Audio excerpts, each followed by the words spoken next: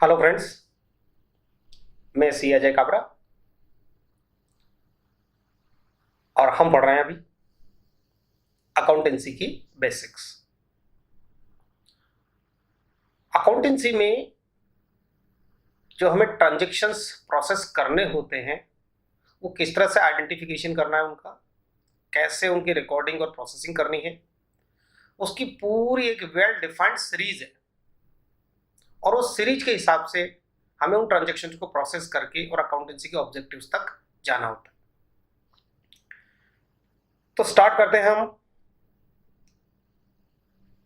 ये हमारे पास एक बिजनेसमैन है, क्योंकि अकाउंटेंसी में जहां ट्रांजैक्शंस की बात आएगी तो वहां बिजनेस से रिलेटेड ट्रांजैक्शंस की बात करेंगे अपन। ये एक बिजनेसमैन है और बिजनेसमैन की जो राउंड द क्लॉक जो एक्टिविटीज होती है वो कौन कौन सी होती है? पर्सनल, फैमिली और सोशल एक्टिविटीज। और इसके साथ साथ क्योंकि वो बिजनेसमैन है तो अर्निंग एक्टिविटीज। अकाउंटेंसी में आप पर्सनल, सोशल और फैमिली एक्टिविटीज को बिल्कुल यूज नहीं करेंगे, वो पर्सनल एक्टिविटीज होती है। हमें ध्यान देना होता है सिर्फ और सिर्फ अर्निंग एक्टिविटीज पे। तो अर्निंग एक्टिविटीज हमारे काम की है। अर्निंग एक्टिविटीज से मेरा मतलब है कि ऐसी एक्टिविटीज जो उसने बिजनेस के लिए परफॉर्म करी हो। और जो बिजनेस के लिए जो एक्टिविटीज परफॉर्म होती है वो फिर दो तरह की होती है, non monetary and monetary. Non monetary activities हमारे किसी काम की नहीं है, फिर से एक तरह से गार्बेज है। मॉनेटरी एक्टिविटीज हम किसको कहेंगे?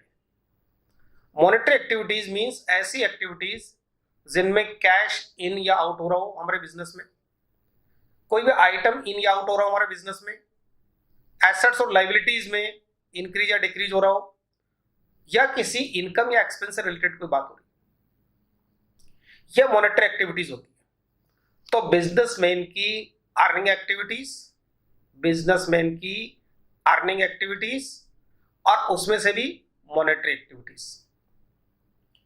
सारी बिजनेस एक्टिविटीज मॉनेटरी एक्टिविटीज नहीं होती है, यह हमें ध्यान रखना।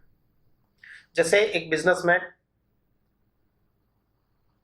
सुबह अपनी शॉप ओपन करता है, काउंटर अपना लगाता है, कस्टमर्स आना चालू होते हैं। कई सारे कस्टमर सिर्फ उसके प्रोडक्ट को देख करके, उससे बातचीत करके, उससे बार्गेन करके वापस चले जाते हैं। यह अर्निंग एक्टिविटीज तो है, लेकिन क्योंकि यहाँ पे ना तो कैश आ रहा है, ना जा रहा है, ना कोई आइटम आ रहा है जा रहा है, ना कोई एसेट और लाइबिलिटीज में कोई चेंजेस हो रहा है, तो ये सारा का सारा काम नॉन मॉनेटरी है। मॉनेटरी कब होगा? कि जब उनमें से कोई कस्टमर पैसा देकर के कैश परचेज करे, उनमें से कोई कस्टमर जो हमारी जान पहचान का हो बिना पैसे दिए क्रेडिट परचेज करे।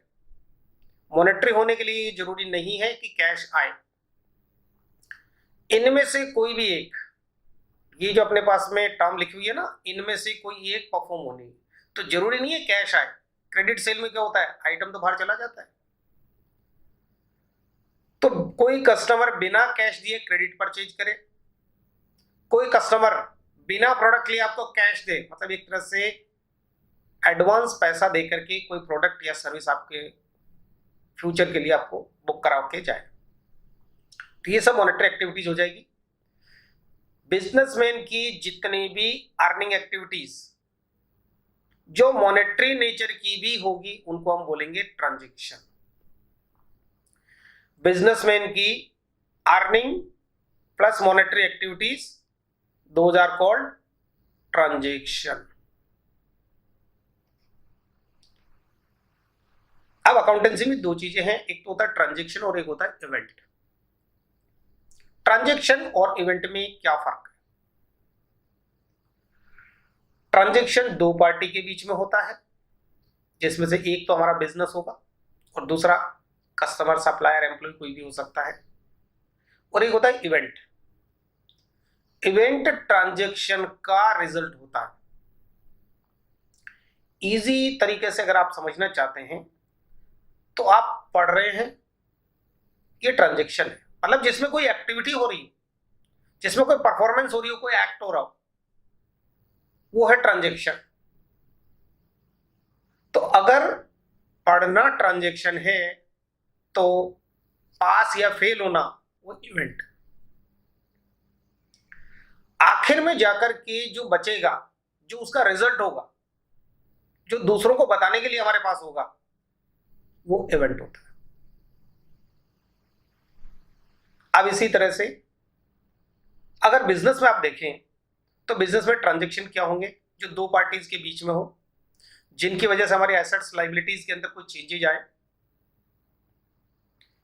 जिनमें गुड्स कैश इनका कोई ना कोई मूवमेंट हो, कोई एक्ट हो, कोई परफॉर्मेंस हो, दोज आर ट्रांजैक्शंस। जैसे परचेज, सेल्स, चाहे वो क्रेडिट हो या कैश हो, बैंक में डिपॉजिट करवाना है, बैंक से विड्रॉ करना है, एम्प्लॉयज को सैलरी पे करनी है, ये सब ट्रांजैक्शंस हैं। तो फिर इवेंट क्या हुआ? आपने 10,000 की गुड्स परचेज करी, आपने 10,000 की गुड्स परचेज करी, ये एक ट्रांजैक्शन है। उस 10,000 की गुड्स में से आपने 8,000 की गुड्स को सेल कर दिया 12,000।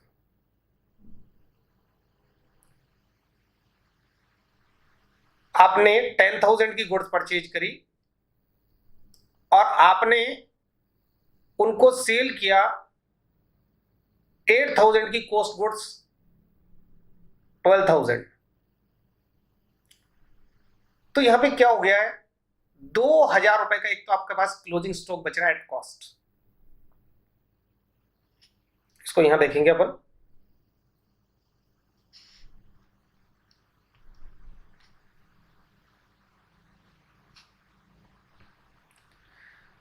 $10,000 का आपने परचेज किया, इसमें से 8,000 की गुड्स को आपने सेल कर दिया 12,000 पर।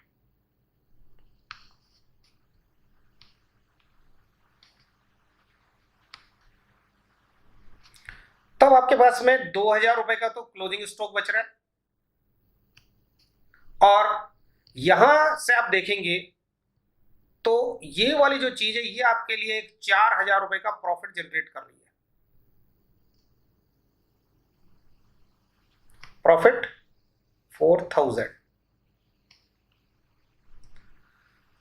तो ये 10,000 की परचेज है, ये एक ट्रांजेक्शन है। 12,000 की जो सेल है वो भी एक ट्रांजेक्शन है। 2,000 का जो क्लोजिंग स्टॉक है वो इवेंट है, और जो 4,000 का जो प्रॉफिट है वो एक इवेंट। 10,000 में से 8,000 की कॉस्ट की गुड्स बेची गई है, आखिर में रिजल्ट क्या बचा, 2,000 का क्लोजिंग स्टॉक, ये एक इवेंट हो गया। और 8,000 की गुड्स को 12,000 में बेचा है, तो जो डिफरेंस 4,000 का जो प्रॉफिट है ये भी आपके लिए एक इवेंट है। सबसे आखिर में जाकर के आपके पास प्रॉफिट बचा है 4,000। अगर आपने यहाँ पे 1,000 रुपए का सैलरी भी पे किया होता तो वो सैलरी आपका ट्रांजेक्शन होता, लेकिन उसकी वजह से आपका जो प्रॉफिट है इसमें 1,000 का रिडक्शन होकर के वो 3,000 का ही रह जाता, वो आपका एक इवेंट होता।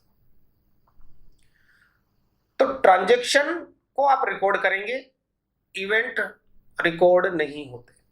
इवेंट में से बहुत कम ऐसे इवेंट होते हैं कि जो किसी ट्रांजैक्शन की तरह फाइनेंशियल नेचर रखते हैं, जैसे क्लोजिंग स्टॉक हुआ तो ये रिकॉर्ड होता है। तो बहुत कम ऐसे इवेंट्स हैं कि जो फाइनेंशियल नेचर के होते हैं, उन्हें रिकॉर्ड करना होता है, लेकिन ट्रांजैक्शन सारे के सारे फाइनेंशियल नेचर के होते हैं, उन्हें सबको रिकॉर्ड आपने करना होता है। तो अब हमारा जो प्रोसेस बनेगा वो इस तरह से बनेगा, बिजनेस की अर्निंग एक्टिविटीज जो मॉनेटरी नेचर की भी हो वो बनेगी ट्रांजैक्शन। हर एक ट्रांजैक्शन का हमने एक वाउचर बनाना है। वाउचर क्या होता है? वाउचर एक स्लिप होती है और उस स्लिप पे उस ट्रांजैक्शन से रिलेटेड सारी जरूरी चीजें लिखी जाती है, जैसे डेट, ट्रांजैक्शन किस टाइप का है, किन किन के बीच में हुआ है, एक साइड तो हम ही सही और दूसरी साइड जो पार्टी होगी, बायर सेलर जो भी है, तो दूसरी साइड वाली पार्टी का नाम और एक हमारा नाम, उसके साथ में ट्रांजैक्शन के अंदर गुड्स या किसी एसेट या लायबिलिटीज का इन्वॉल्वमेंट है तो उनकी क्वांटिटी, उनकी क्वालिटी, उनका अमाउंट, उनका रेट, और सबसे आखिर में दोनों पार्टीज के साइन, ये उस वाउचर पर होंगे। वाउचर के बेस पे रिकॉर्डिंग होगी। रिकॉर्डिंग मीन्स अकाउंटेंसी के रूल्स को फॉलो करते हुए बुक्स के अंदर पहली बार जो लिखना है, इट इज रिकॉर्डिंग। रिकॉर्डिंग करने का जो काम चालू होगा वो यहां से किसी भी ट्रांजैक्शन की सबसे पहले बनाई जाएगी जर्नल एंट्री। लेकिन जर्नल बनाने के अलावा आपके पास में दो सब्स्टिट्यूट मेथड भी है। आप चाहें तो सभी ट्रांजैक्शंस की या तो जर्नल बनाएं या सभी ट्रांजैक्शंस को डिवाइड कर दें cash book and journal proper में। तो या तो सबकी जर्नल बनेगी, पहला मेथड, जितने भी ट्रांजैक्शन होंगे, चाहे वो कैश ट्रांजैक्शन है चाहे नॉन कैश ट्रांजैक्शन है। दूसरा तरीका है आपके पास में कि जो कैश ट्रांजैक्शन है उनको तो आप कैश बुक में डाल दो, बचे खुचे जो ट्रांजैक्शन उनको जर्नल प्रॉपर में डाल दो। ये दूसरा तरीका है। और तीसरा तरीका जिसमें आप कैश बुक रखोगे, सब्सिडरी बुक रखोगे और जर्नल प्रॉपर रखोगे। इसमें 8 बुक्स रखी जाएगी अलग अलग। सबसे मेन बुक होगी कैश बुक, जितने भी कैश ट्रांजैक्शन है वो कैश बुक में आ जाएंगे। कैश बुक के अलावा कुछ स्पेसिफिक कैटेगरी के जो ट्रांजैक्शन होंगे वो अपनी अपनी स्पेसिफिक बुक में चले जाएंगे। ये हम आगे इनके लिए एक सेपरेट चैप्टर है वहां पढ़ेंगे डिटेल में। लेकिन थोड़ा सा यहां बता दूं कि कितनी सब्सिडरी बुक होती है। Purchase book, sales book, purchase return, sales return, bills receivable और बिल्स पेबल, ये 6 सब्सिडरी बुक्स होती है। और उसके बाद में कुछ ऐसे ट्रांजेक्शन्स जो न कैश बुक में आ पाएंगे और न सब्सिडरी बुक्स में आ पाएंगे, वो सारे चले जाएंगे जर्नल प्रॉपर। तो आप किसी भी तरीके से रिकॉर्डिंग करो, फर्स्ट मेथड से करो तो सिर्फ एक बुक रखनी है आपने, जर्नल। सेकंड मेथड से करोगे तो एक कैश बुक रखनी है और एक जर्नल रखनी है। कुछ ट्रांजैक्शन कैश बुक में जो रिलेटेड टू कैश होंगे, जिनमें कैश आ रहा हो जा रहा होगा, वो जाएंगे कैश बुक में, और जिनमें कैश से कोई लेना देना नहीं है वो जर्नल प्रॉपर में चले जाएंगे। तीसरा तरीका, जिसमें जो कैश ट्रांजैक्शन होंगे सबसे पहले वो कैश बुक में चले जाएंगे, बाकी जो ट्रांजैक्शन बचेंगे उनमें से जो स्पेसिफिक ट्रांजैक्शन होंगे वो अपने अपनी स्पेसिफिक बुक्स में चले जाएंगे। और जो किसी भी बुक में नहीं जा पाएंगे, न कैश बुक में गए न जो 6 तरह की आपकी सब्सिडरी बुक है वहां गए, तो फिर वो जर्नल प्रॉपर में चले जाएंगे। तो यह कुल मिलाकर के 8 बुक्स रखी जाती है तीसरे वाले मेथड। इन बुक्स को आप प्राइमरी बुक्स भी कहते हैं और रिकॉर्डिंग जो चालू होती है वो यहीं से चालू होती है। इससे पहले जो काम था उसको बोलते हैं आइडेंटिफिकेशन। आइडेंटिफिकेशन मींस कौन सा ट्रांजैक्शन है और कौन सी चीज ट्रांजैक्शन नहीं है, किसको आपने रिकॉर्डिंग के लिए आगे ले जाना है और किसको आपने रिकॉर्डिंग के लिए नहीं ले जाना है। जैसे बिजनेसमैन ने अपने पर्सनल बैंक अकाउंट में से अपने बच्चों की स्कूल फीस पे करी और अपने घर का लाइट का बिल पे किया और अपने घर का किराया पे किया। देखो यहाँ पे उसका पर्सनल बैंक अकाउंट काम में आ रहा है और उसके एक्सपेंसेस भी पर्सनल है, ये पर्सनल एक्टिविटी है। आइडेंटिफिकेशन जो है वो ये कहता है कि इसको हमें बिजनेस की बुक्स में रिकॉर्ड करना ही नहीं। तो आइडेंटिफिकेशन ऐसे ट्रांजैक्शंस कि जो पर्सनल नेचर के हैं, जिनका बिजनेस से कोई लेना देना नहीं है, उनको रास्ते में ही खत्म कर देते हैं। रिकॉर्डिंग की जो बुक्स है वहां तक पहुंचने ही नहीं देंगे। तो आइडेंटिफिकेशन की स्टेप डिसाइड करती है कि हमें कौन से ट्रांजैक्शन रिकॉर्ड करने हैं और कौन से रिकॉर्ड नहीं करने। आइडेंटिफिकेशन होने के बाद बनता है वाउचर, और वाउचर बनने के बाद में ये जो 3 मेथड है, इनमें से किसी एक मेथड से उसको बुक्स की में आपको लिखना, दैट इज रिकॉर्डिंग। अब यहां से चाहे आप इन तीनों में से कोई सा भी मेथड काम में लो, फर्स्ट लो, सेकंड लो, थर्ड लो, आपका जो अगला जो डेस्टिनेशन होता है वो होता है लेजर। चाहे आप जर्नल बना के आ रहे हो तो भी आपको लेजर की तरफ मूव होना है, कैश बुक एंड जर्नल बनाएंगे तब भी आप लेजर पे पहुंचेंगे, और cash book, subsidiary book and journal बना रहे होंगे तब भी आप लेजर की तरफ ही आएंगे। तीनों चीजें आपका एक ही डेस्टिनेशन पे आपको पहुंचाती। तो हम पहुंच गए लेजर पे। प्राइमरी बुक्स जो थी, journal, cash book, subsidiary book, वहां से लेजर के अंदर ले जाने का जो काम होता है, जो प्रोसेस होता है, उसको हम बोलते हैं पोस्टिंग। It is posting. ये पोस्टिंग का काम है। पोस्टिंग की वजह से जो प्राइमरी बुक से एंट्री निकल करके और लेजर में अपने प्रॉपर प्लेस पे चली जाती है।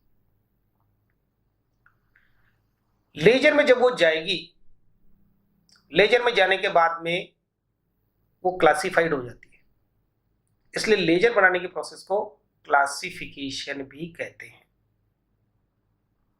ठीक है। अब क्लासिफिकेशन लेजर में होने के बाद, क्लासिफिकेशन इसको इसलिए कहते हैं कि जैसे मिस्टर ए है, मिस्टर ए से रिलेटेड जर्नल एंट्री तो आपको बुक्स में अलग अलग पेज में अलग अलग डेट में मिलेगी, क्योंकि जो प्राइमरी बुक्स होती है जर्नल, कैश बुक और सब्सिडरी, ये क्रोनोलॉजिकल ऑर्डर में चलती है, डेट वाइज टाइम के सीक्वेंस में चलती है। तो मिस्टर ए से अगर आपने 10 ट्रांजेक्शन किए होंगे अलग अलग महीने में, तो वो अलग अलग महीने के अंदर अलग अलग पेज पे आपको लिखे हुए मिलेंगे, अगर बात हो रही है प्राइमरी बुक्स की। तो कैश बुक में अलग अलग महीने की कैश बुक में या अलग अलग पेज पे मिलेगा, जर्नल में भी वो अलग अलग पेज पे या अलग अलग महीने के अंदर अपने प्रॉपर प्लेस पे मिलेगा, डेट वाइज जो भी उसका सीक्वेंस आ रहा होगा वहां पे। लेकिन लेजर में जब वो क्लासिफाइड हो जाएगा तो मिस्टर ए से रिलेटेड सारे ट्रांजेक्शन आपको एक ही जगह देखने को मिल जाएंगे। क्लासिफिकेशन मींस छटनी हो गई। तो मिस्टर ए से रिलेटेड ट्रांजेक्शन जो जर्नल या कैश बुक में अलग अलग जगह दिख रहे थे, क्लासिफिकेशन की वजह से पोस्टिंग होकर के लेजर में एक ही जगह पे आ गए। अब जो लेजर बनती है वो पूरे साल भर कंटिन्यू रहती है। रिकॉर्डिंग और क्लासिफिकेशन ये दोनों काम पूरे साल भर कंटिन्यू रहेंगे। ईयर एंड पे हमने ये पता करना होगा कि जो हमने साल भर जो काम किया है इनमें कोई अर्थमेटिक मिस्टेक तो नहीं है। अलग अलग तरह की मिस्टेक होती है, उनमें से कुछ अर्थमेटिक होती है और कुछ नॉन अर्थमेटिक होती है। Arithmetic mistake related to numbers, जैसे 50 की जगह 500 लिख दिया, 5000 लिख दिया, या 986 को 689 लिख दिया, नंबर्स उल्टे पुल्टे कर दिए, टोटली में कम या ज्यादा कर दिया। तो मिस्टेक और errors related to numbers are arithmetic mistakes. Arithmetic mistake को चेक करने के लिए ईयर एंड में हमने बनाना होता है ट्रायल बैलेंस। तो ईयर एंड पे आप लेजर से ट्रायल बैलेंस पर जाओगे, ये देखिए, और ट्रायल बैलेंस आपको आपकी जो मिस्टेक्स होती उनमें से जो अर्थमेटिक मिस्टेक है उनके लिए एक इंडिकेशन दे देगा। अगर सब कुछ ठीक है तो आपका ट्रायल बैलेंस है, उसकी दो साइड होती है, डेबिट और क्रेडिट, दोनों साइड मैच हो जाएगी। तो that means we can say, क्या ऐसा नहीं कह सकते कि कोई मिस्टेक ही नहीं है।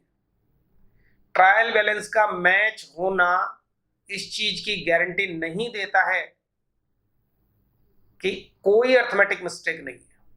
कई ऐसी अर्थमेटिक मिस्टेक्स होती है कि जो एक दूसरे को छुपा लेती है, एक दूसरे को नलिफाई कर देती है, तो वहां अर्थमेटिक मिस्टेक होते हुए भी आपको ये इंडिकेशन मिलेगा ट्रायल बैलेंस से कि वहां कुछ भी नहीं, लेकिन जबकि वहां कुछ ना कुछ गड़बड़ होगी।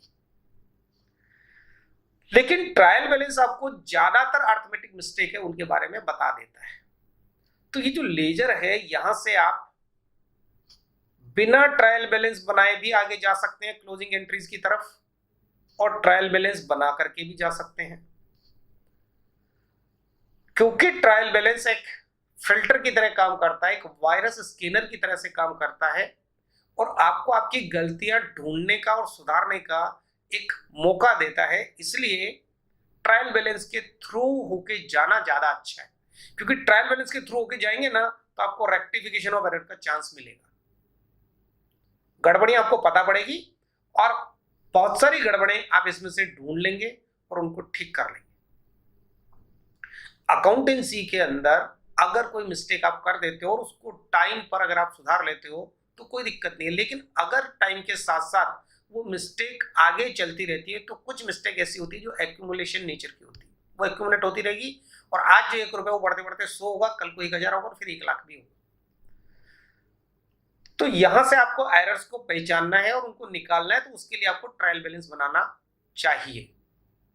Trial balance is not must, but it is better to go through the trial balance.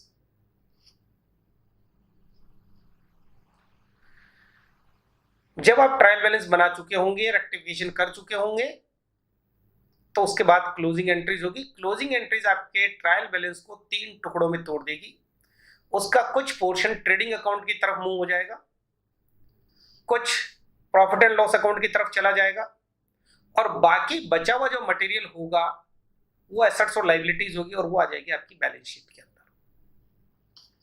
इसमें से जो ट्रेडिंग अकाउंट और प्रॉफिट एंड लॉस अकाउंट है उसको हम बोलते हैं इनकम स्टेटमेंट, और ये शो करते हैं प्रॉफिट एंड लॉस।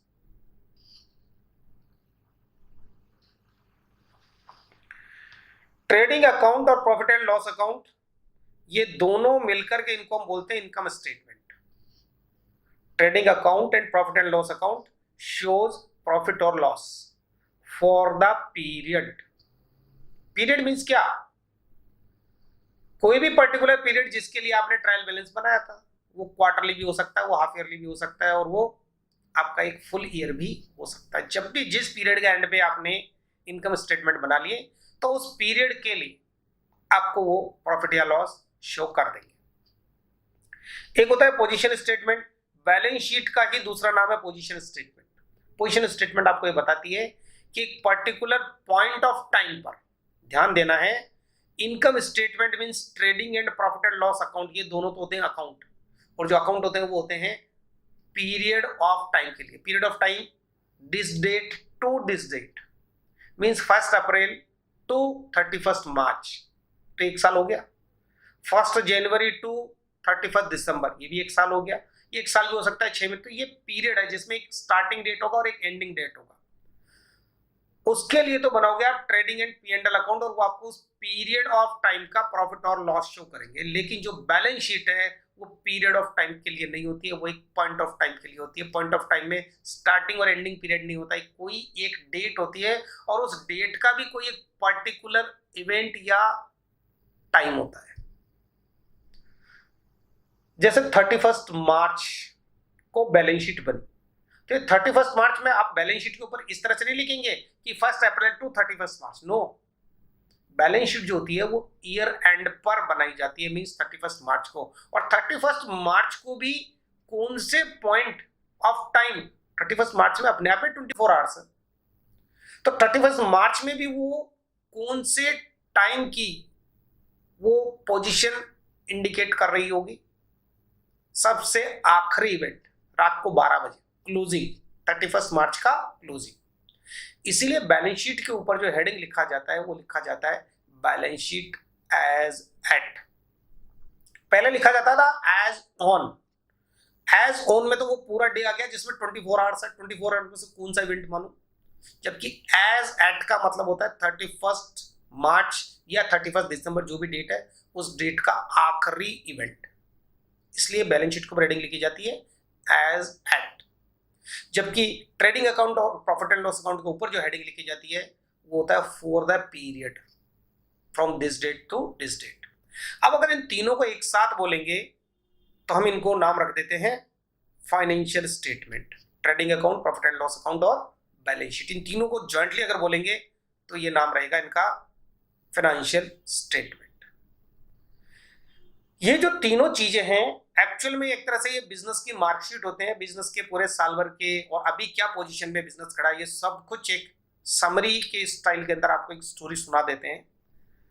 तो कम टाइम में आप इससे बहुत ज्यादा इंफॉर्मेशन निकाल सकते हैं, और उस बिजनेस के साथ आगे आपको क्या करना है, उसके साथ डील करनी है नहीं करनी है, आगे रिलेशन रखने हैं नहीं रखने हैं, या आप एक उससे एक आइडिया ले सकते हैं। एक डिसीजन मेकिंग के लिए आपको एक बढ़िया बेस मिल जाएगा। अगर किसी भी बिजनेस के आपके पास trading, profit and loss account और बैलेंस शीट है तो उसको स्टडी करके और आप अपने उस बिजनेस से रिलेशंस के बारे में जो भी अगर कोई डिसीजन लेना चाहते हो तो उसके लिए आपको बेस प्रोवाइड हो जाता है। तो इन तीनों की जो कॉपीज होती है वो हम देते हैं यूजर्स को। यूजर्स दो तरह के होते हैं, इंटरनल और एक्सटर्नल। इंटरनल यूजर बिजनेस के अंदर के ऐसे लोग कि जो बिजनेस के बारे में डिसीजन लेने में कैपेबल है। जैसे बिजनेस का अगर सोल प्रोप्राइटर है तो उसका ओनर, पार्टनरशिप है तो पार्टनरशिप फर्म में पार्टनर्स। ये trading, profit and loss, balance sheet देख करके और उस बिजनेस के बारे में आगे जो प्लानिंग है और कंट्रोलिंग है उसमें इसके डेटा को यूज कर सकते हैं। कंपनी का मामला है तो डायरेक्टर्स, मैनेजर्स और ऑफिसर्स, ये सब बिजनेस की एक्टिविटीज को कंट्रोल करने में, प्लान करने में और डिसीजन मेकिंग में कैपेबल होते हैं। लेकिन ऐसे लोग कि जो उन रिजल्ट्स को देख करके सिर्फ ये डिसाइड करते हैं कि मुझे इस बिजनेस के साथ में रिलेशन रखना है कि नहीं रखना है, मुझे इसकी एक्टिविटीज कंट्रोल नहीं करनी है, बिजनेस के अंदर कोई इंप्रूवमेंट करना है या मुझे उसकी बिजनेस की एक्टिविटीज को चेंजेस करना है, ऐसा मुझे डिसीजन नहीं लेना है। मुझे तो सिर्फ ये डिसीजन लेना है कि मुझे इस बिजनेस के साथ आगे कंटिन्यू होना है कि नहीं होना है, मेरी एक्टिविटीज इसके साथ किस तरह से रहेगी, मेरे रिलेशन इसके साथ कैसे रहेंगे। अगर सिर्फ ये डिसाइड करना है तो एक्सटर्नल यूजर है, और अगर बिजनेस को इंप्रूव करने के लिए मुझे डिसीजन लेना है तो वो इंटरनल यूजर है। अब जैसे बिजनेस में गवर्नमेंट बिजनेस को इंप्रूव करने के बारे में उसकी प्लानिंग और कंट्रोलिंग में कोई टांग नहीं लगाती है।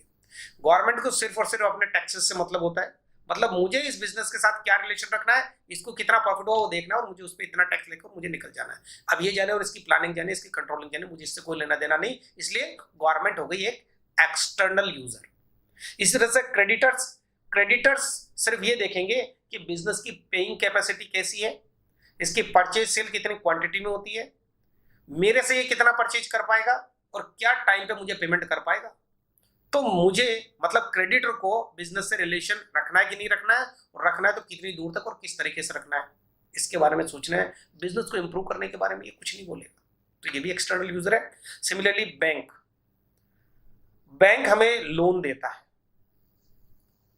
ठीक है, और बैंक उस लोन पे इंटरेस्ट भी वसूलता है और हमसे प्रिंसिपल भी वापस कभी ना कभी लेगा। लेकिन बैंक लोन देने से पहले बिजनेस की कैपेसिटी को जानना चाहेगा कि क्या इसमें इंस्टीट्यूशन में या बिजनेस में इंटरेस्ट पेइंग की कैपेसिटी है, क्या प्रिंसिपल की रिपेमेंट की कमिटमेंट वाले दिन कैपेसिटी रहेगी, क्या इसमें इतनी एसेट्स हैं कि जो ये लोन मांग रहा है जितने अमाउंट का उसका कहीं से जस्टिफिकेशन मिल सके, क्या इसकी एक्टिविटीज उस लेवल की है कि जितने अमाउंट का इसने लोन मांगा है।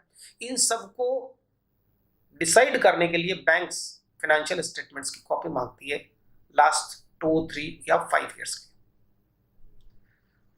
तो बैंक वहां पे ये डिसीजन ले रही है कि मुझे इस बिजनेस के साथ रिलेशन रखना है कि नहीं रखना, और रखना है तो किस तरह से रखना है। बिजनेस की एक्टिविटीज को इंप्रूव करने का उसका कोई मोटिव नहीं होता, इसलिए बैंक भी एक आउटसाइडर है और एक्सटर्नल यूजर है। इसीलिए एम्प्लॉइज देखिए, एक एम्प्लॉइज है और एक ऑफिसर्स है। आप यहाँ पे कंफ्यूज मत होइए कि एम्प्लॉइज और ऑफिसर तो एक ही बात हुई ना भाई।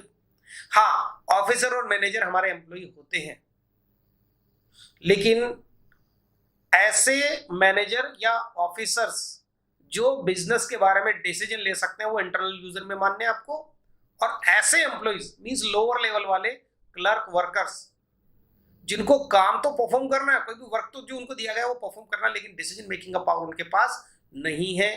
क्लर्क, वॉचमैन, वर्कर जो फैक्ट्री में मजदूर वगैरह काम करते हैं, वो जो लोअर लेवल के जो एम्प्लॉइज हैं जिनको आप ऑफिसर या मैनेजर नहीं कह सकते, वो जूनियर्स होते हैं, उनको आप बोलोगे एक्सटर्नल यूजर। उनको सिर्फ ये देखना है कि मुझे इस बिजनेस में कब तक जॉब करनी है। अगर बिजनेस के प्रॉफिट्स अच्छे हैं, बिजनेस में ग्रोथ हो रही है, एक सीरीज में अगर फाइनेंशियल स्टेटमेंट्स को रखा जाए 3, 4, 5 साल के, तो पता लग जाता है कि ये ग्रोथ की तरफ जा रहा है कि ये डिक्लाइन हो रहा है बिजनेस, या कांस्टेंट स्पीड से चल रहा है, मॉडरेट।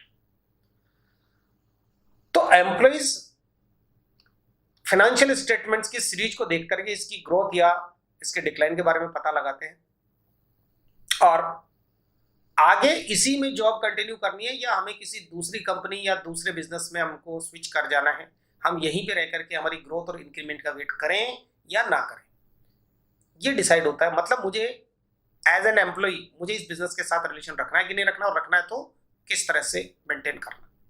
तो यहां पर भी एक्सटर्नल यूजर बनेगा।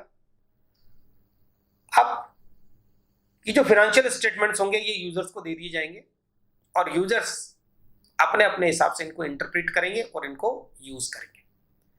अब यहां जो बिजनेस की जो एक्टिविटीज होती है उनको अकाउंटिंग में जो आप काम करते हैं उसको कितने पार्ट में बांटा गया है। सबसे पहले तो आती है identification. Identification means earning plus monetary को डिसाइड करके और उसको एक ट्रांजैक्शन की रिकॉग्निशन देना।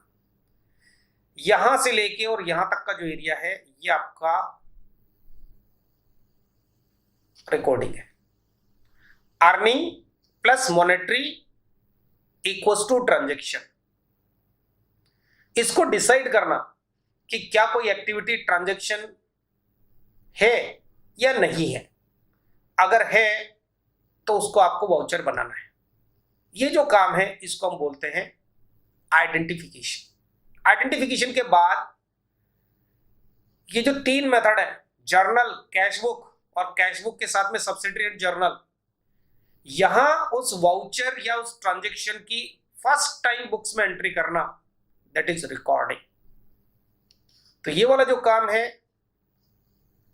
ये आपका रिकॉर्डिंग बन गया, प्राइमरी बुक्स। इसके बाद में ये जो प्राइमरी बुक्स है यहां से पोस्टिंग होकर हम जाएंगे लेजर में। लेजर में लिखने के काम को बोलते हैं पोस्टिंग, और लेजर बनने को बोलते हैं क्लासिफिकेशन या क्लासीफाइंग। तो यहां लेजर बन गई क्लासीफाइंग होकर के। ये तीसरी स्टेप है। पहला आइडेंटिफिकेशन, दूसरा रिकॉर्डिंग, तीसरा क्लासीफाइंग या क्लासिफिकेशन। उसके बाद में ट्रायल बैलेंस बना करके ट्रेडिंग, P&L और balance sheet banana. Trading, profit and loss account और बैलेंस शीट बनाना, इसको बोलते हैं समराइजिंग। समराइज कर लिया हमने कि पूरे साल भर की जो एक्टिविटीज हुई उनमें कितना प्रॉफिट या कितना लॉस हुआ, और ईयर एंड पे कितनी मेरी एसेट्स और लायबिलिटीज है, कितना पैसा मार्केट से आना है और कितना जाना है, ये समराइज कर लिया। और उसके बाद में उसको इंटरप्रीट करना और उसको यूजर्स को देना। इंटरप्रीट मीन्स कि पिछले साल के कंपैरिजन में मैं अच्छा हूं या खराब हूं, मेरी क्या क्या कमियां रही, दूसरों को देने से पहले सोचना पड़ेगा आपको। It is interpretation. पिछले साल से ये साल मेरा कैसा रहा, और इस साल के दूसरे बिजनेस के कंपैरिजन में, मेरे कॉम्पिटिटर के कंपैरिजन में मैंने कैसा परफॉर्म किया।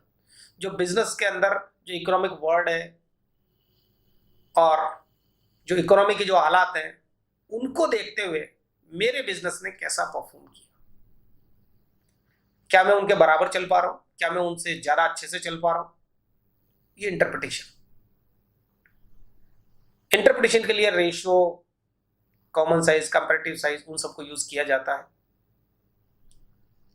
तो ये सब अलग अलग टूल है इंटरप्रिटेशन के। और फिर यूजर्स को इसकी कॉपी प्रोवाइड करना इस तरह के मैनर में कि यूजर उसको आराम से देख के, समझ के और डिसीजन मेक करने में एबल हो पाए। डिसीजन मेकिंग में एबल होना, यहां इस लेवल तक का हमको उसको क्लैरिटी देनी है।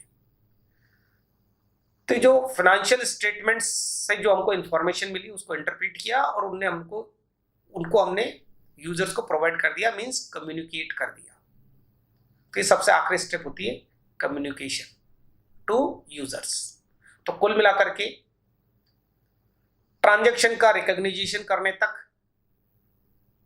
आइडेंटिफिकेशन, ट्रांजैक्शन को जर्नल, कैश बुक या सब्सिडरी बुक में लिखना पहली बार, it is recording. Journal, cash book और सब्सिडरी बुक से लेजर में ले जाना, क्लासिफाइंग या क्लासिफिकेशन। उसके बाद ट्रायल बैलेंस और ट्रेडिंग, P&L बैलेंस शीट बनाना, ये समराइजिंग। उसके बाद में पिछले साल से या किसी दूसरे बिजनेस से कंपैरिजन करना, इट इज इंटरप्रिटेशन। और फिर यूजर्स को प्रोवाइड करना, दैट इज कम्युनिकेशन या कम्युनिकेटिंग। तो ये अकाउंटेंसी की एक पूरी प्रोसेस है। और अब हमारे पास एक प्रिंसिपल है, business entity principle. Business entity principle क्या कहता है? बिजनेस और बिजनेसमैन दोनों अलग अलग हैं। यहां पे अपने पास में देखो 2 पिक्चर सामने दिख रही है। इस वाली पिक्चर का मतलब है बिजनेस और बिजनेसमैन दोनों एक ही है, और इस वाली का मतलब है कि बिजनेस अलग है और बिजनेसमैन अलग है, दोनों अलग अलग है। तो अकाउंटेंसी जब भी आप कर रहे होंगे तो बिजनेस एंटिटी प्रिंसिपल क्या कहता है कि बिजनेस अलग है और बिजनेसमैन अलग है। मींस ये वाला जो सिचुएशन है ये हमको नहीं काम में लेना है, आपने ये वाली चीज काम में लेनी है। Business is separate then businessman.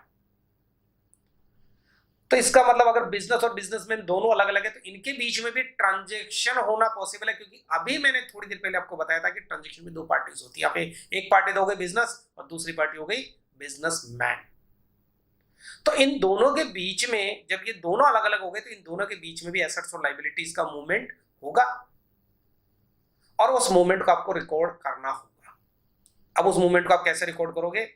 अगर बिजनेसमैन से बिजनेस की तरफ कोई एसेट, कैश, फंड्स आते हैं उनको हम बोलते हैं कैपिटल, और बिजनेस से बिजनेसमैन की तरफ कैश, एसेट्स या फंड्स जाते हैं तो उसको हमने वर्ड यूज करना है ड्राइंग्स। एक्चुअल में कैपिटल और ड्राइंग्स ये दोनों बिजनेसमैन के पर्सनल अकाउंट है, एक ही बंदे के दो अकाउंट। जब बिजनेसमैन की तरफ से पैसा जा रहा होता है बिजनेस की तरफ तो हम उस अमाउंट को, उस फंड को हम बोलते हैं कैपिटल, और जब बिजनेस से बिजनेसमैन की तरफ मूव हो रहा होगा तो हम उसको बोलेंगे ड्राइंग्स। ड्राइंग्स कोई अलग चीज नहीं है, एक तरह से कैपिटल का ही एक नेगेटिव वाला फेस है। जिसका आप कैपिटल बोलते हो कैपिटल का पॉजिटिव फेस है, और जिसका आप ड्राइंग बोलते हो वो कैपिटल का नेगेटिव फेस है। एक ही कॉइन के दो फेस है। ईयर एंड में ड्राइंग्स कैपिटल में जाकर के उसको खत्म कर देती। तो ये ड्राइंग्स जो है और एक ये कैपिटल, ये दोनों बिजनेसमैन के खुद के पर्सनल अकाउंट है। जब भी आप अकाउंटिंग कर रहे होंगे बहुत बेसिक चीज है और ज्यादातर गलतियों की जड़ भी यही है कि हम अपने आप को कहीं और प्लेस कर देते हैं। जब भी आप किसी ट्रांजैक्शन के बारे में सोचेंगे कि इसकी मैं एंट्री कैसे करूं, किस तरह से इसको प्रोसेस करूं, तो आपको हमेशा, भले ही आप खुद ही ओनर क्यों नहीं हो, आपको हमेशा अपने आप को यहां रख के सोचना है बिजनेस के अंदर की तरफ। अगर आप खुद अपने बिजनेस के ओनर भी हो और आप अपने ही बिजनेस के अकाउंटेंट भी हो, तो जब आप अकाउंटेंसी का वर्क कर रहे होंगे तो आपको अपना ओनरशिप का जो टैग है वो थोड़ी देर के लिए हटा देना होगा। आपको अपने आप को एक अकाउंटेंट मानना है, और अकाउंटेंट मानने के साथ आपको अपने आप को बिजनेस का एक एम्प्लॉय मानना है, और आपकी जो प्लेसमेंट है या आपकी जो सीट है, आपकी बैठने की जो जगह है, आपकी सोचने का जो जगह रहेगा वो रहेगा बिजनेस के अंदर। बिजनेस के अंदर बैठ करके आपको ट्रांजैक्शंस को वॉच करना है। वहां से आपको पता लगेगा कि कौन सी चीज अंदर आ रही है और बाहर जा रही है। ठीक है, तो आज के लिए इतना ही। अगली क्लास में इस चैप्टर को अपन कंटिन्यू करेंगे। Thank you.